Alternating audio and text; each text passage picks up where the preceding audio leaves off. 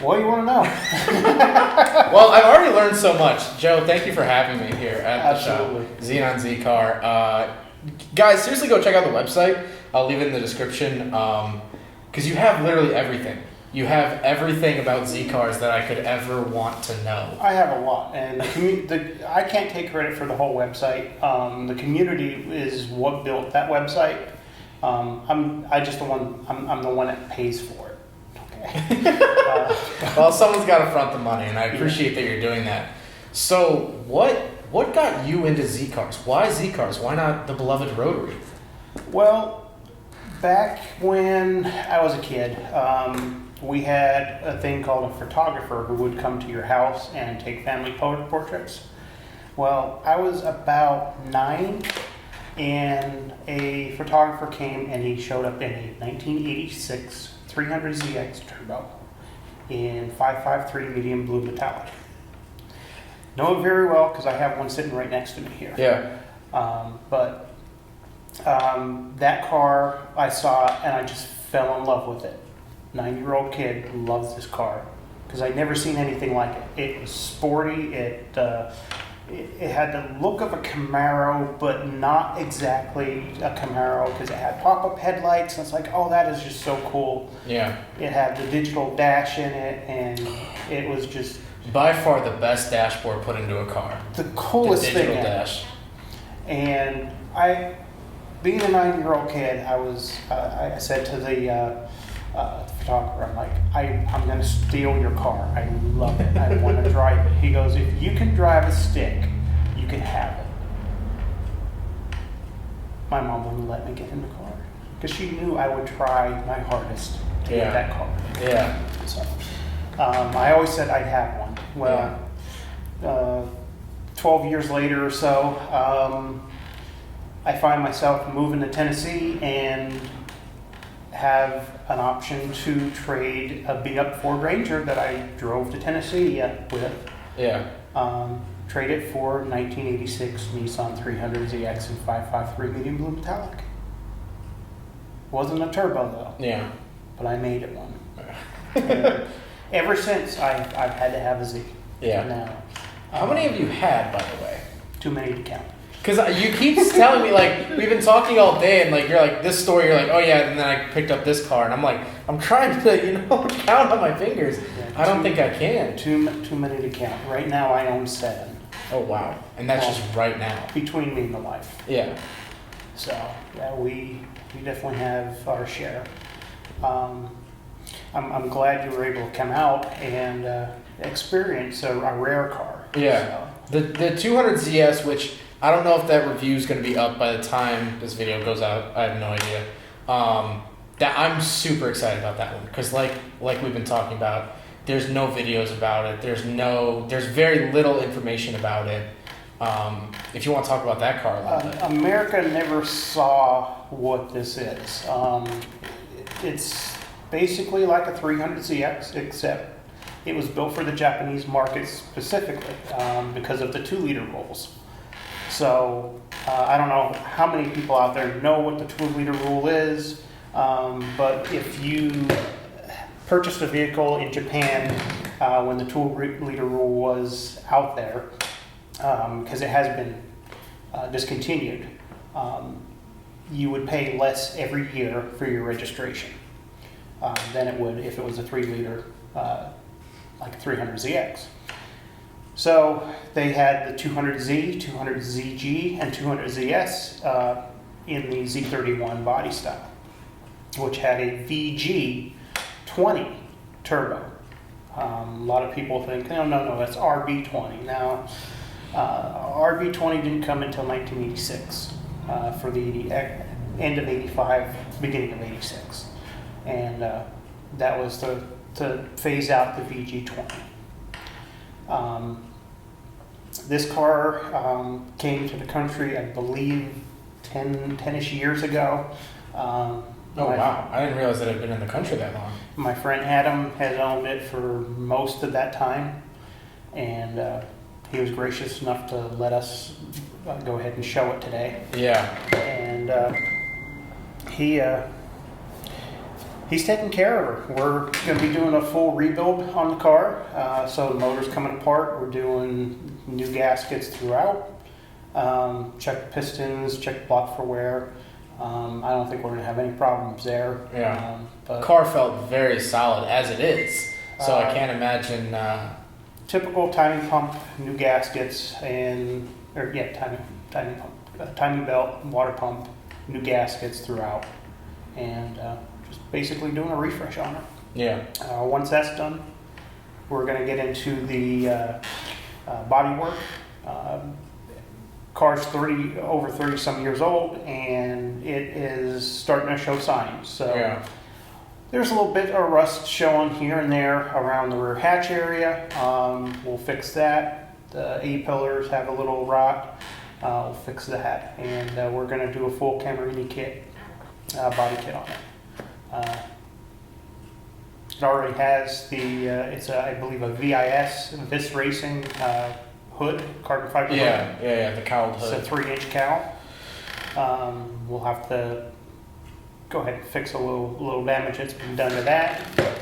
Yeah. It's all within what we can do here.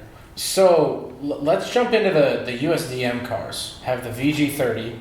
Yes. What makes the VG30 so different, if anything, from like your run-of-the-mill V6?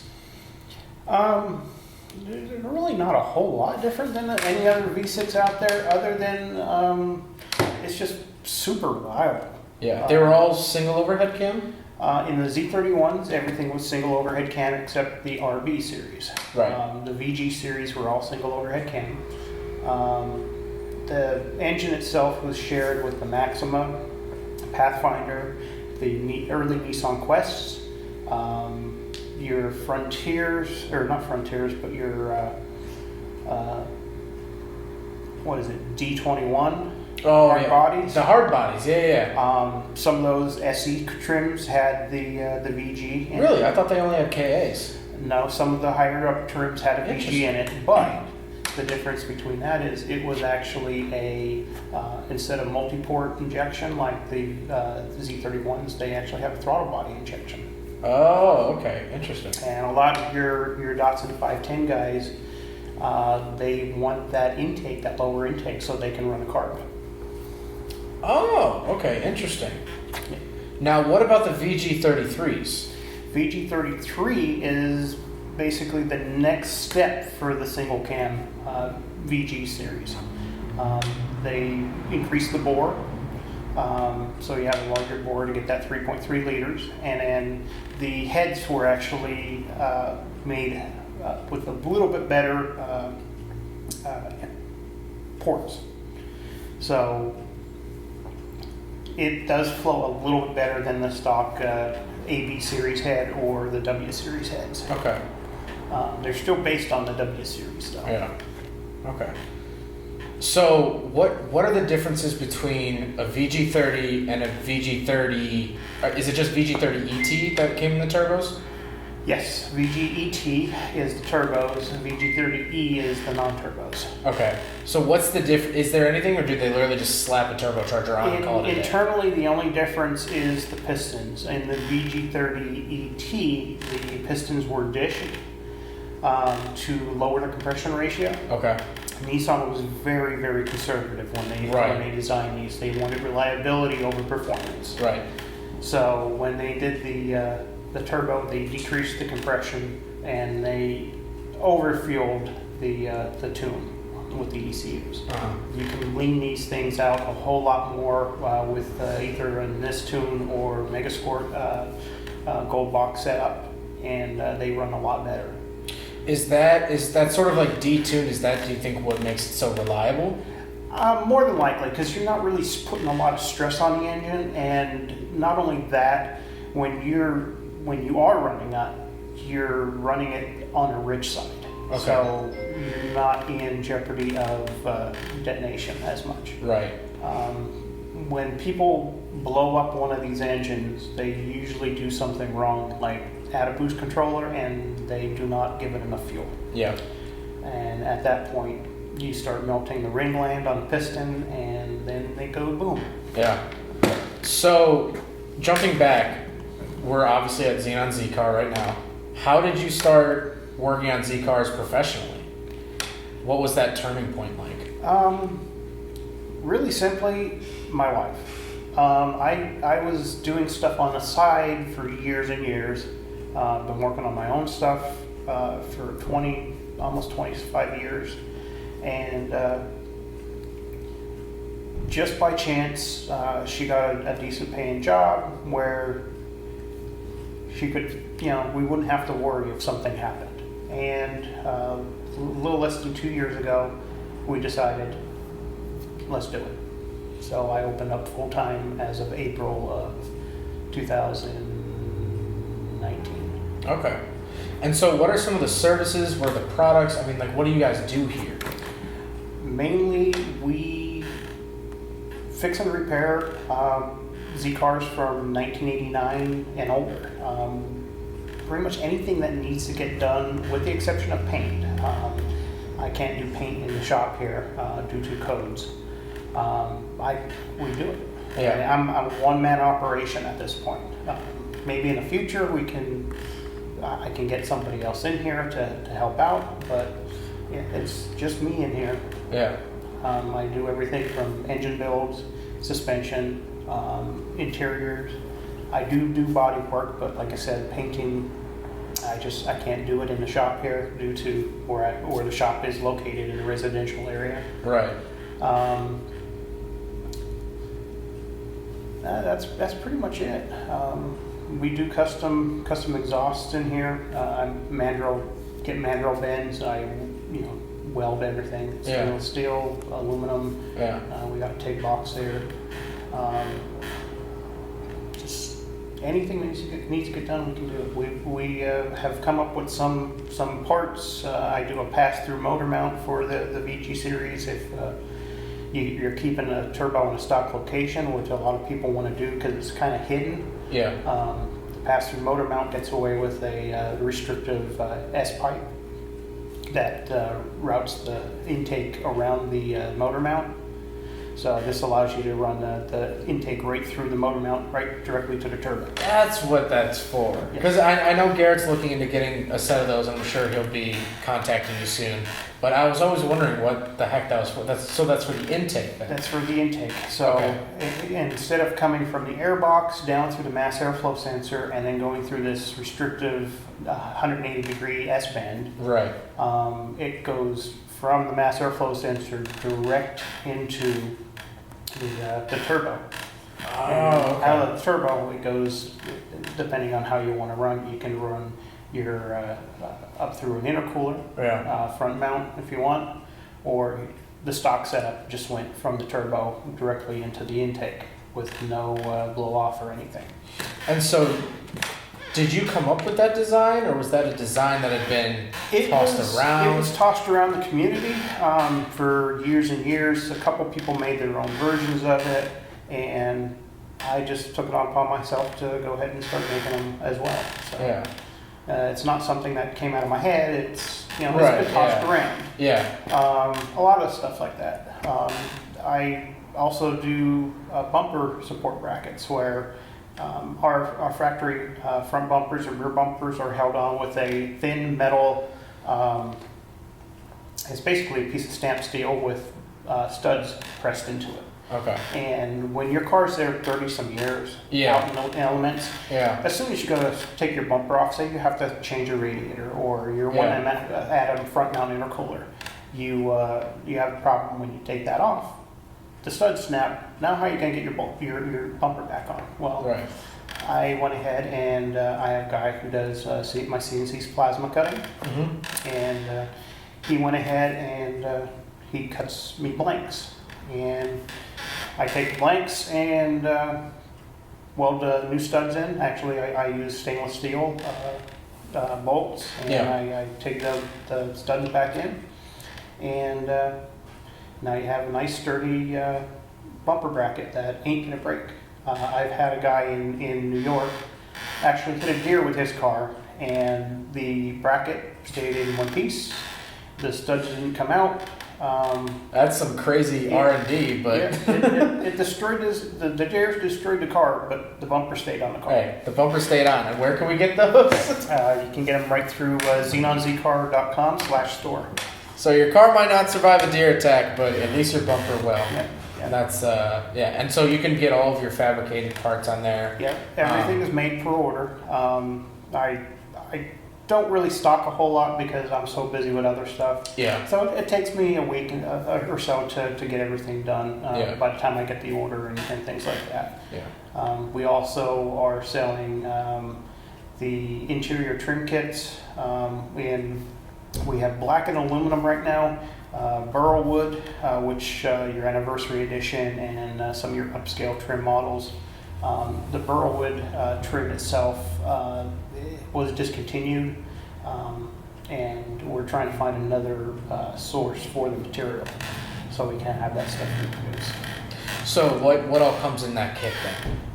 We can do the radio trim plates, the climate control trim plates in both the automatic and manual controls, window switches, your shifter surround, Oh wow. your mirror control surrounds, all that trim is available Okay. right on our website. And so, walk me through the process of like recreating some of these things that haven't been able to be found in 30 years.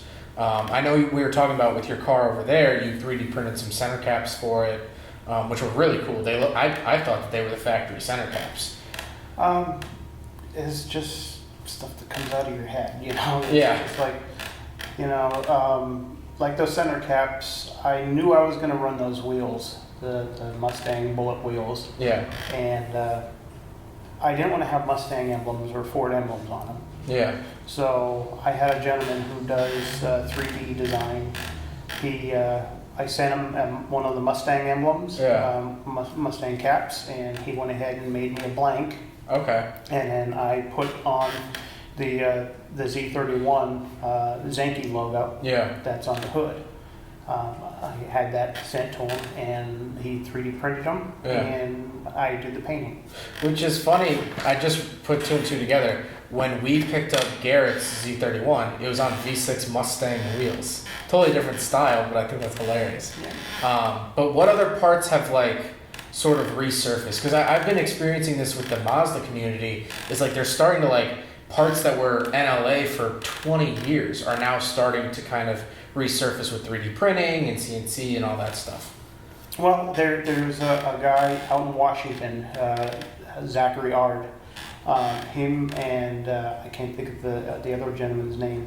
They started a company called Pass Power Performance, and they're actually aggressively reproducing Z31 parts. Okay.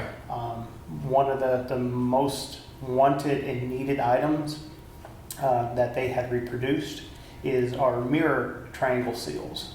So Okay. on the Z31's, the rubber that goes around the side view mirrors on the door, that rubber deteriorates from age and sun. Right. Yeah. And it just turns to dust as soon as you touch it. So they took it upon them to have them reproduced. Okay. They had injection molds made, Oh, and wow. spent lots of money to get these parts Yeah. produced. And they're excellent quality, and I would recommend them to anyone who has a Z31. Okay. They actually sell a 3-piece kit. It's the rubber that goes around the mirror mount, the seal for the window trim, as well as the interior trim, and it's under $300 for all 6 wow. pieces. Yeah, especially anyone looking to do any form of restoration. I mean, that should be purchase number one. Yes, absolutely. That's great. We all in the community, we tried to see about getting T-top seals reproduced, as well as window seals reproduced, but the costs were just unbelievably high. And Yeah.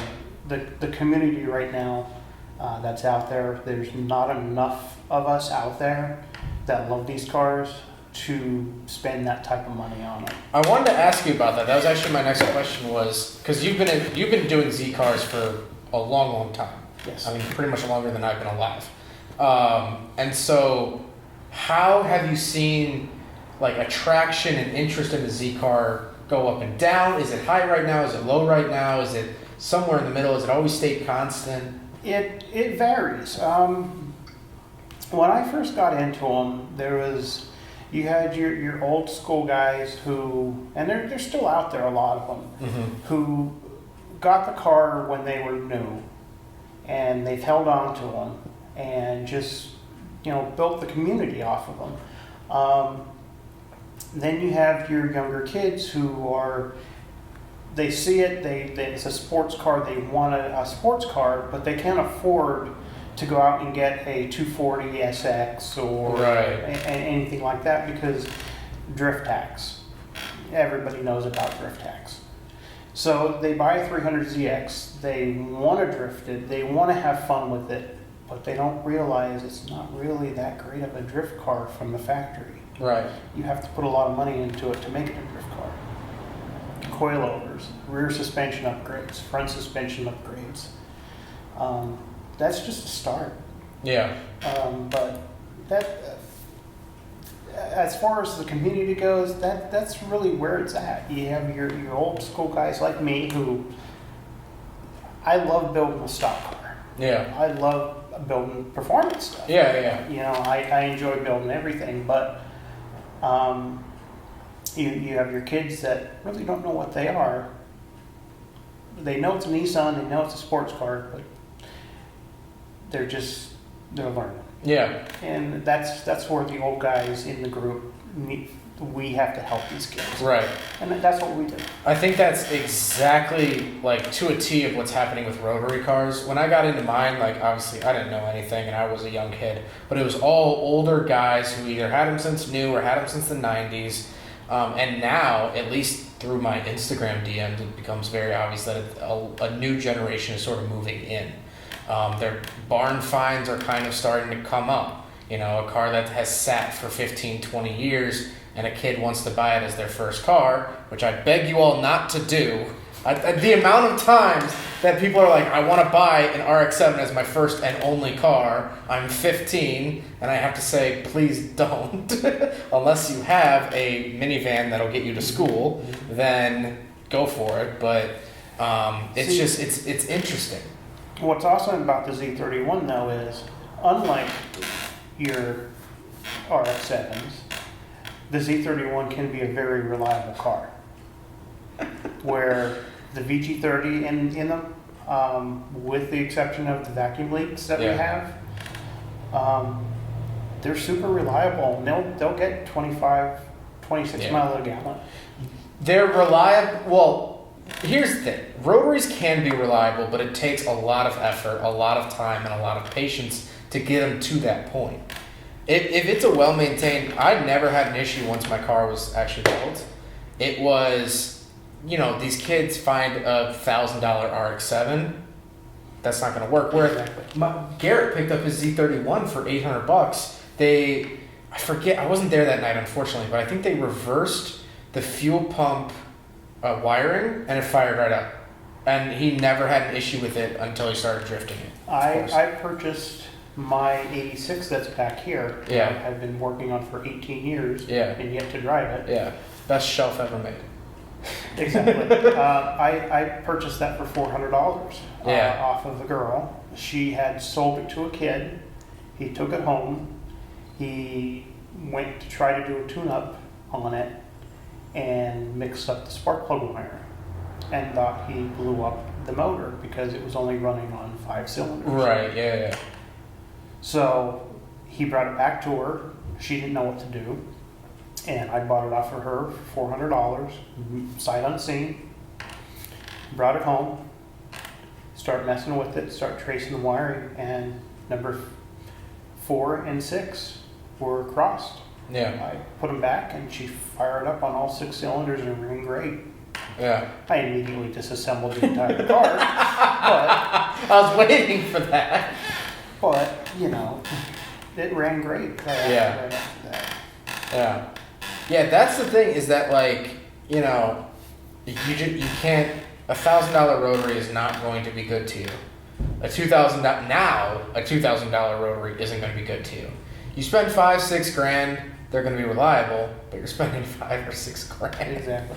So with these cars, I mean, I feel like you can pick one up for $1,500, do a tune-up, and as long as it doesn't have gut rot, you know, They're getting to the point where that type of car is getting harder and harder to find. are prices going up because of that? They are they're starting to get to the point where you're not going to find a $1,000 Z anymore. Yeah. And in fact, if you want a cheap Z, you'll start looking at the 350Z because they are starting to hit rock bottom. Yeah. The Z31's are going up in value. S130s are going up in value.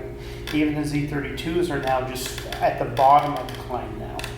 S130s went up a little while ago, and nice ones have been going for a lot of money on Barrett-Jackson, things like that. One just went on Barrett-Jackson this past weekend. It was, they said a 79. They, of course, got everything wrong about it when they announced it. They said it was a 260Z with a 2.8, which, as we all know, doesn't exist. Right. But it went for, I believe, $14,000 or $16,000. Yeah. And it wasn't a mint example. Yeah.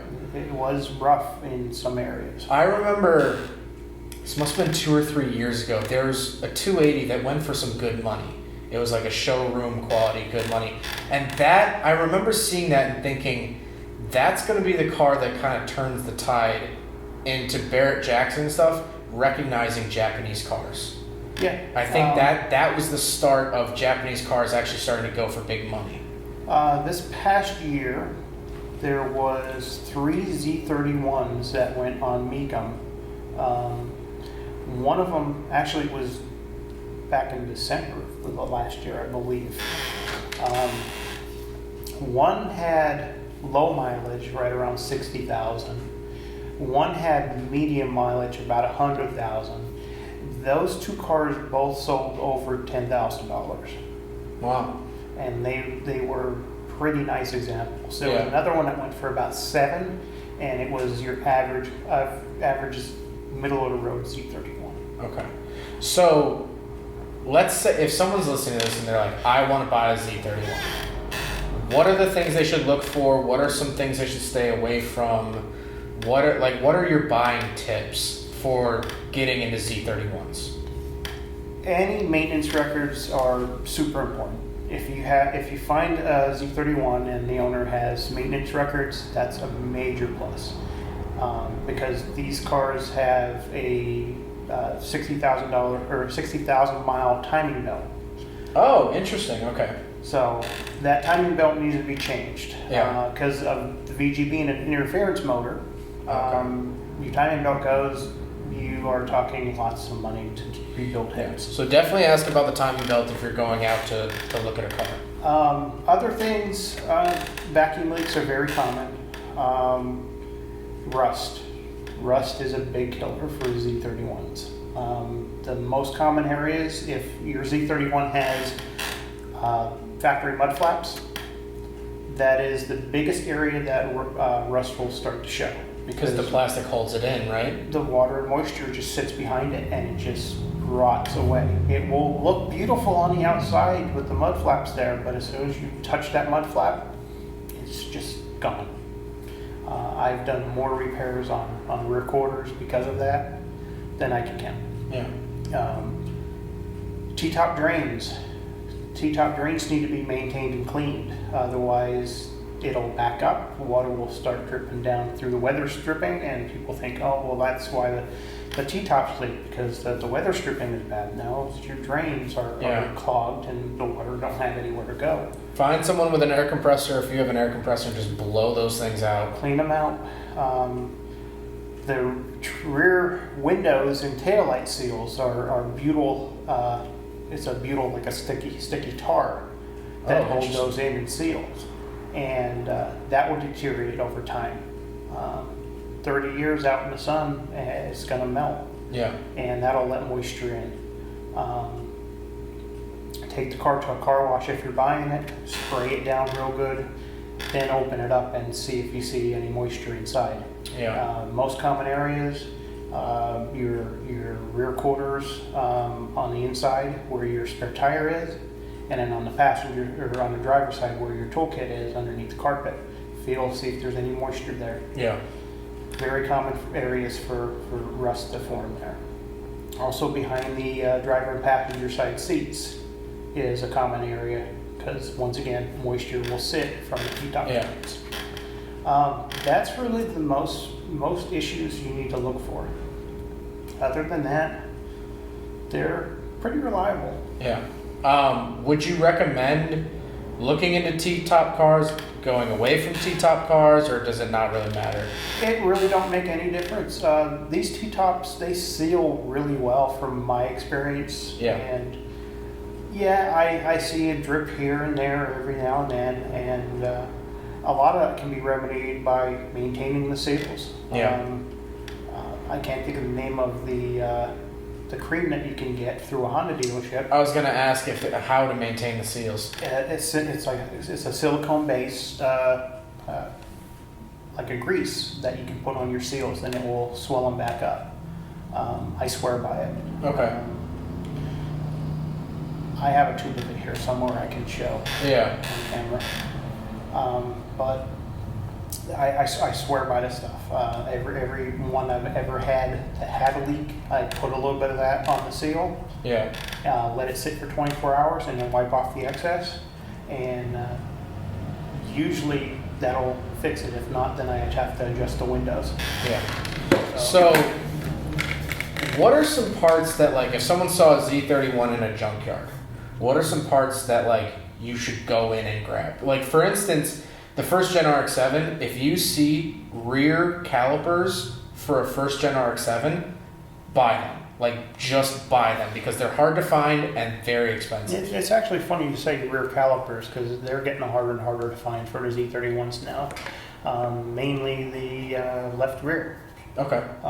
That caliper is the most common one to fail due to the exhaust that runs right by it. Just heats it up. It heats it up and it makes it seize. That's one thing. If you see a car that has the rear tonneau cover, Okay. the tonneau cover and the clips, T-top shades. T-top shades. Okay. T-top shades are another thing that 99% of the Z's out there probably don't have in decent shape. Yeah. Other than that, that's about it. Okay. As far as really hard to get parts. Yeah. Um, Just definitely if I ever, because I remember a long time ago I saw a Z31 in the junkyard. I didn't even know what it was at the time. I just took a picture and I think I was like 16. And yeah, it's good to know. Definitely. One other thing that is starting to get pretty rare is front fenders. Really? No one ever reproduced them. Okay. As far as repops. Yeah. So the fenders that are out there, that's what's out there. And they're getting harder and harder to find. There's a lot of these cars are starting to get rust. They're starting to get wrecked. You know, I hope at some point someone makes a mold of them and can kind of reproduce them maybe. There's been talks where people have wanted to repop in fiberglass and carbon fiber, but no one's yet to do it. Yeah. So I want to take some time to ask you. So my friend Garrett with the Z31, he wants to do a full VG build. What are some things that when you're rebuilding a VG for performance you should do? Like, is there like a coolant reroute like on Miatas, or is there like, you know, you should definitely do this, do that, anything like that? As far as performance go, just make sure your oiling system is up.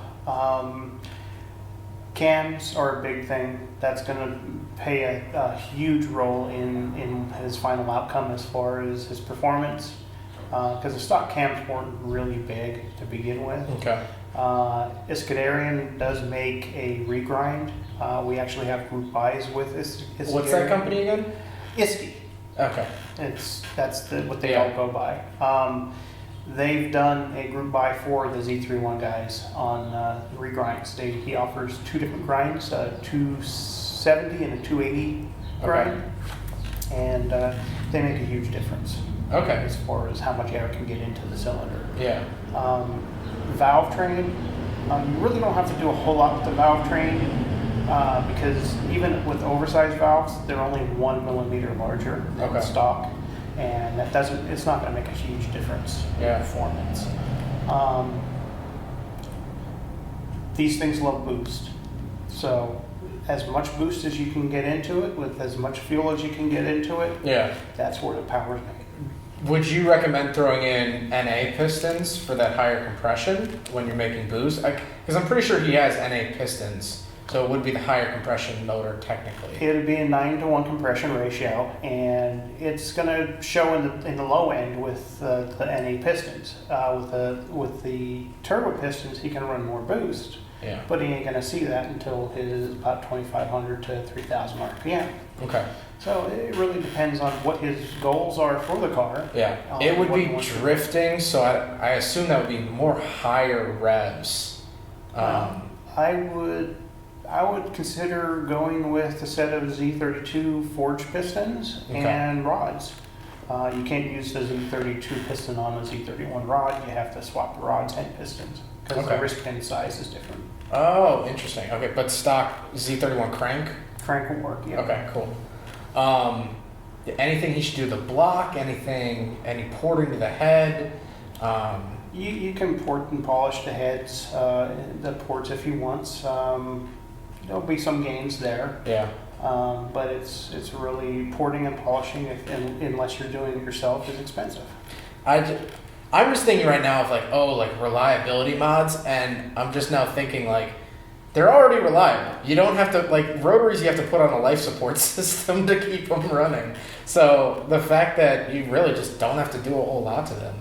Are there companies like gasket kits that you recommend? Don't recommend?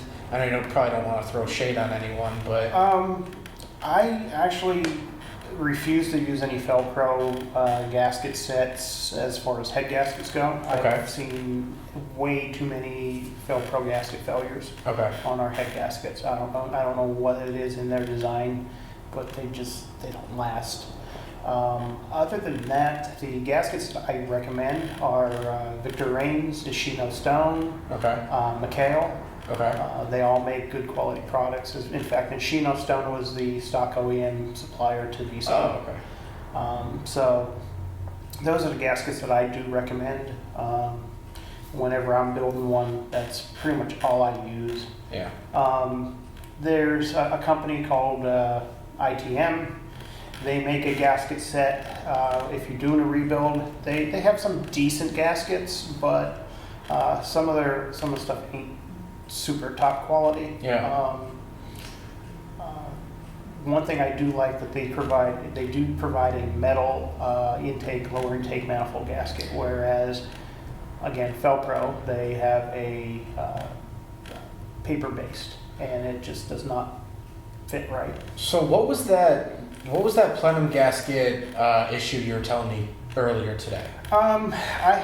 When you're using the Victor Rains Ishino Stone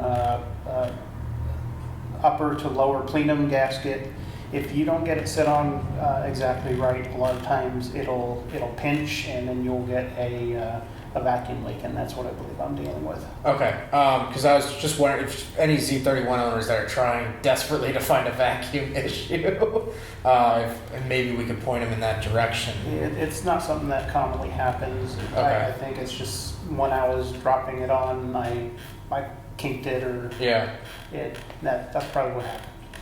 So let's say, I don't even know if you're gonna have an answer to this, but let's say a kid picks up their first Z31, brings it home, they got a little extra money sitting around. What should be the first modifications you do to a Z31? Because I know for a rotary, cooling system, 100%. Timing belt, water pump. Timing belt and water pump for the Number VG. one thing you want to do with a VG when you first buy it. Okay. If you don't know what the status is of it, be on the safe side. Yeah. You do not want your valves meeting pistons, because it's never a good marriage. Motor has to come out for that? No. Oh, okay. No. Timing belt, water pump, it's basically, you can do it in 3 hours. Okay. And that's being conservative.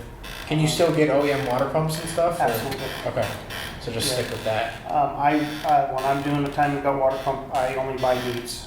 Okay. There's a Gates Blue racing belt you can use if you want to not have to worry about it too much. Yeah. But 9 times out of 10, I just use a stock Gates kit. Okay. And you can get them through pretty much any retailer out there. Yeah. Are there, like, does Nismo make stuff for the Z31? They did many moons ago. Okay. They made a set of cams for them, and it's just some small minor stuff. Their Nismo cams that were out there were actually just a European spec cam. I was going to ask you when you were talking about the cams, the different spec, if Europe just had different cams Yep. because they could allow for emissions. Yeah, that was the only difference in their European motors. So if you're here in the US and you could find European spec cams, that would be an upgrade, technically. Slightly. Okay. The regrinds that are available out far better performance out of them. For regrinds, do you send in your core and then Yes. they regrind them? Okay. Yep. Okay. So as we're coming to the end here, money is no object. Your ultimate Z build. Ultimate Z build, that's kind of hard. I'd probably start out with probably a 200ZS or a 200ZR, one of those two. I'd 86 model, and just big old VG.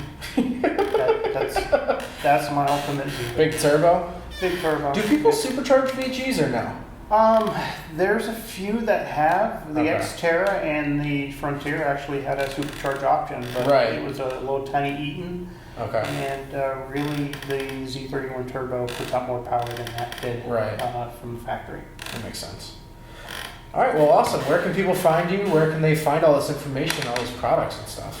XenonZcar.com. That's Xenon with an X. And if you're ever in Mount Carmel, Pennsylvania, stop in our shop. Yeah, it's really cool. It was like a candy store rolling up today because you have the 3 outside, you have the 3 in the shop, and all that stuff. So it was really fun. Well, I appreciate you taking the time. Not a And problem. if you guys are at all into Z31s, please go check out Xenon Z Car.